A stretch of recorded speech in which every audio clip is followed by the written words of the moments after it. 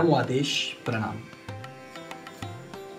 योगियों के लिए सबसे महत्वपूर्ण सूत्र है श्वास। वैसे तो श्वास जीवन का ही सूत्र है, श्वास बंद तो जीवन ही बंद। लेकिन अब इस तथ्य पर ध्यान दीजिए कि योग का आरंभ कैसे करना है।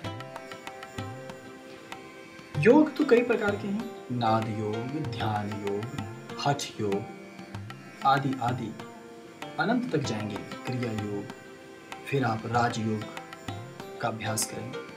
108 प्रकार के योग हैं। लेकिन एक चीज सभी योग विद्याओं में समान रूप से है, वो है श्वास।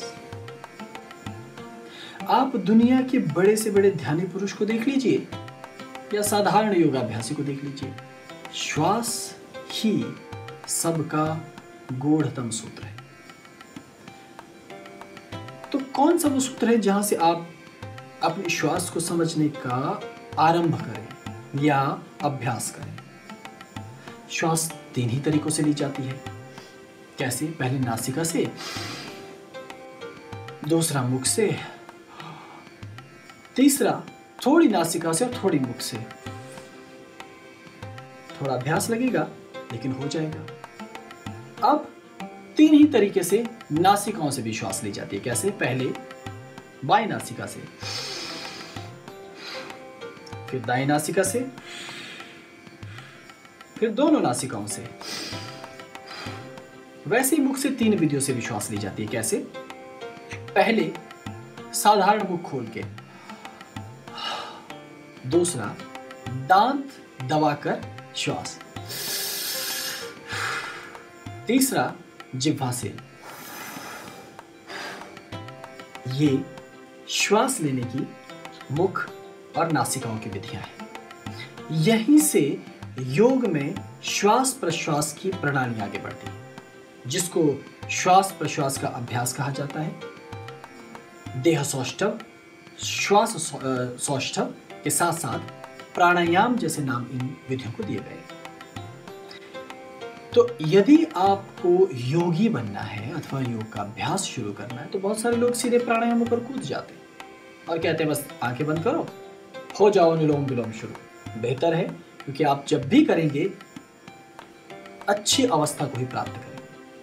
लेकिन भारत में योगी होने के लिए कुछ मूलभूत सिद्धांतों पर जाना पड़ता है।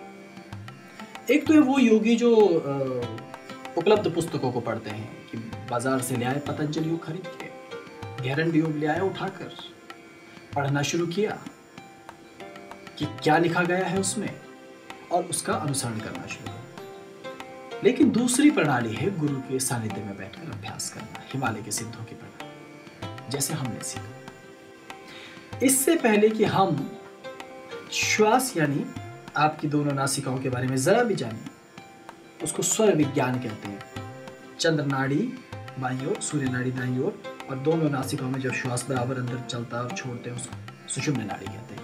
यानी जब हम स्वर विज्ञान के बारे में अध्ययन भी शुरू करें तो उससे पहले श्वासों का अभ्यास किया जाता है। आप किसी भी आसन में बैठिए, कहीं भी बैठिए, बस जो विधियां मैंने बताई है उसका अभ्यास कीजिए। क्या?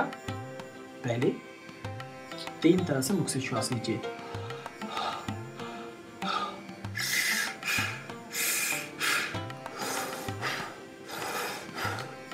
फिर 3 प्रकार से नासिका से लीजिए।